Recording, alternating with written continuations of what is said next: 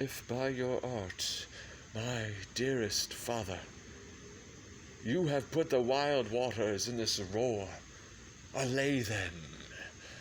The sky, it seems, would pour down stinking pitch, but that the sea mounting to the welkin's cheek dashes the fire out. Oh, I have suffered. With those that I saw suffer, a brave vessel, who had no doubt some noble creature in her, dashed all to pieces. Oh, the cry did knock against my very heart. Poor souls, they perished. Had I been any god of power, I would have sunk the sea within the earth or air, it should the good ship so have swallowed, and the frothing souls within her. Be collected. No more amazement. Tell your piteous heart there's no harm done. Oh, woe the day. No harm. I have done nothing but in care of thee, my dear one, thee, my daughter, who art of what thou art, not knowing of whence I am, nor that I am more better than Prospero, master of full poor cell, and thy no greater father. More to know did never meddle with my thoughts. 'Tis time I should inform thee farther. Lend thy hand and pluck my magic garment from me. So, lie there, my art. Wipe thou thine eyes, have comfort. The direful spectacle of the wreck, which touch the very virtue of compassion in thee. I have with such provision in mine art, so safely ordered that there is no soul, no, not so much perdition as in hair, betid to any creature in the vessel, which thou heardst cry, which thou sawest sink. Sit down, for thou must know so farther. You have often begun to tell me what I am, but stopped and left me to a bootless inquisition, concluding, stay, not yet. The hour's not come. The very minute bids thee ope thine ear. Obey and be attentive. Canst thou remember a time before we came unto this cell? I do not think thou canst, for then thou wast not out 3 years old. Certainly, sir, I can. By what? By any other house or person of any thing the image tell me, that hath kept with thy remembrance.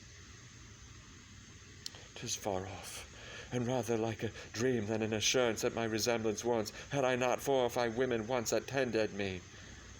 Thou hadst, and more Miranda. But how is it that this lives in thy mind? What seest thou else in the dark backward and abysm of time? If thou rememberedst aught ere thou camest here, how thou camest here thou mayest. But that I do not. 12 years since, Miranda, 12 years since, thy father was the Duke of Milan and a prince of power. Sir, are you not my father?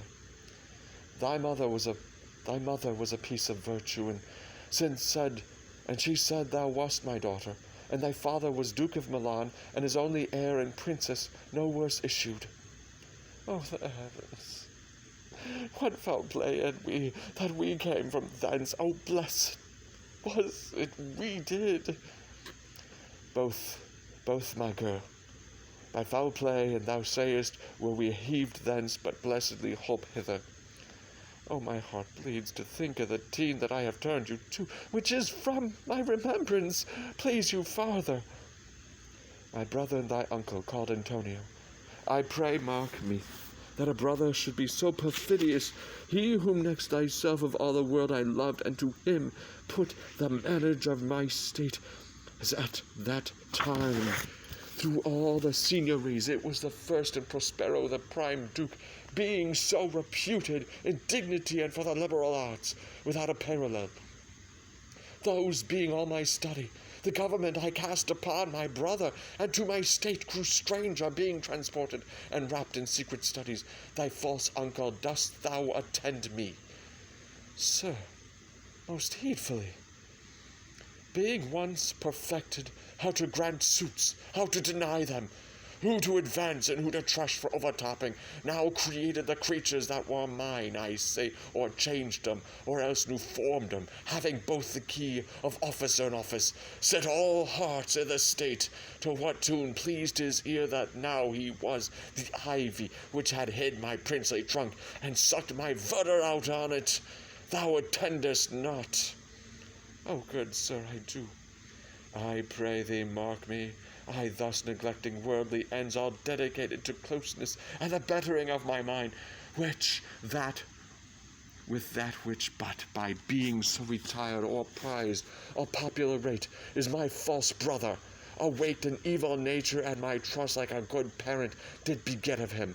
A falsehood in its contrary is great, as my trust was, which had indeed no limit, a confident sans bound, he being thus lorded, not only with what my revenue yielded, but with what my power might else exact, like one who, having into truth by telling of it, made such a sinner of his memory to credit his own lie, he did believe he was indeed the Duke, out of the substitution, and executing the outward face of royalty with all prerogative.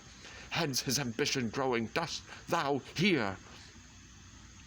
Your tale, sir, would cure deafness.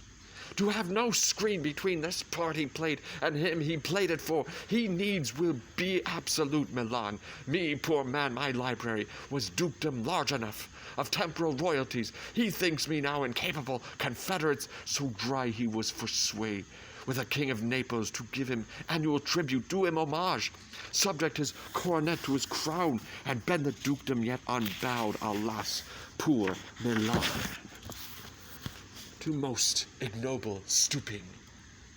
Oh, the heavens! Mark his condition, and the event, then tell me if this might be a brother. I should sin, to think but nobly of my grandmother. Good wombs have borne bad sons. Now the condition. The king of Naples, being an enemy to me inveterate, hearkens my brother's suit, which was that he, in lieu of the premises of homage, I know not how much tribute, should presently extirpate me, and mine out of the dukedom, and confer fair Milan with all the honours on my brother. Whereon a treacherous army levied one midnight, fated to the purpose, did Antonio open the gates of Milan, and in the dead of darkness the ministers for the purpose hurried thence, me and thy crying self. Alack, for pity! I, not remembering how I cried out then, will cry it o'er again. Is it a hint that rings mine eyes to it? Hear a little further, and then I'll bring thee to the present business, which now's upon us, without the which the story were most impertinent. Wherefore did they not that hour destroy us? Well demanded, wench. My tale provokes that question. Dear, they durst not, so dear the love of my people bore me, nor set a mark so bloody on the business, but with colours fairer painted their foul ends. In few they hurried us aboard a bark, bore us some leagues to sea, where they prepared a rotten carcass of a butt, not rigged, nor tackle, sail, nor mast. The very rats instinctively have quit it. There they hoist us, to cry to the sea that roared to us, to sigh to the winds, whose pity, sighing back again, did us but loving wrong. Alack, what trouble was I then to you? Our cherubim, thou wast that did preserve me. Thou didst smile, infused with a fortitude from heaven, when I have decked the sea with drops full salt, unto my burden groaned, which raised in me an undergoing stomach to bear up against what should ensue.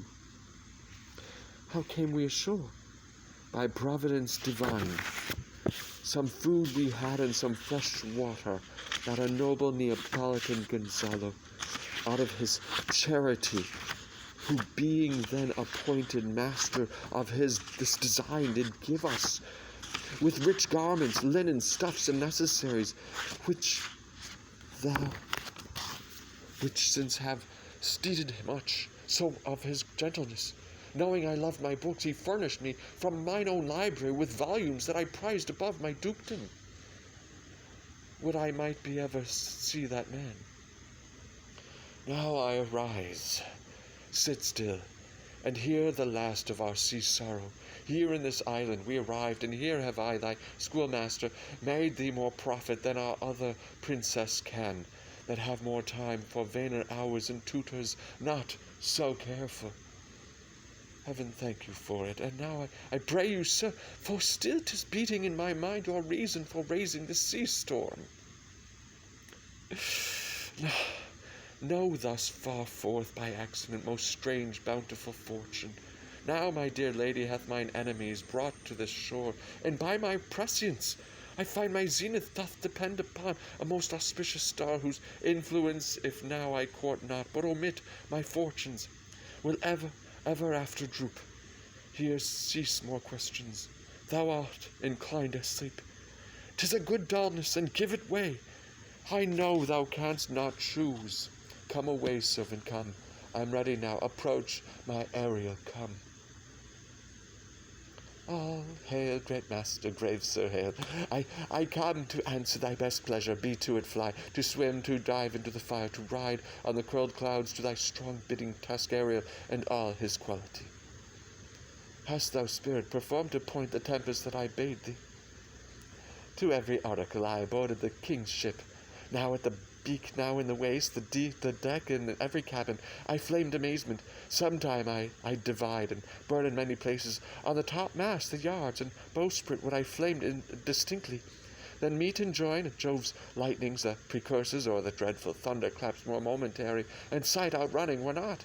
The fire and cracks of sulphurous roaring the most mighty Neptune seemed to besiege, and make his bold weaves tremble, yea, his dread trident shake. My brave spirit, who was so firm, so constant, that this cord would not infect this reason, not a soul, but felt a fever of the mad, and played some tracks of desperation.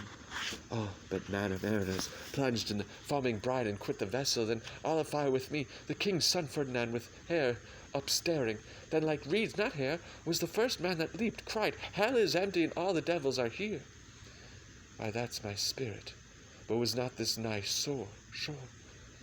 Close by, my master. But are they, Ariel, safe? Not a hair perished. On their sustaining garments not a blemish, but fresher than before.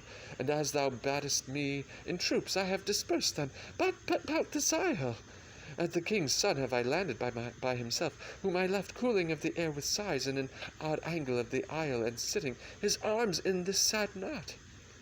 Of the king's ship the mariners say how thou hast disposed in all the rest of the fleet. Safely in harbour is the king's ship in the deep nook, where once thou calledst me up at midnight to fetch dew from the still-vexed Bermudas. There she's hid.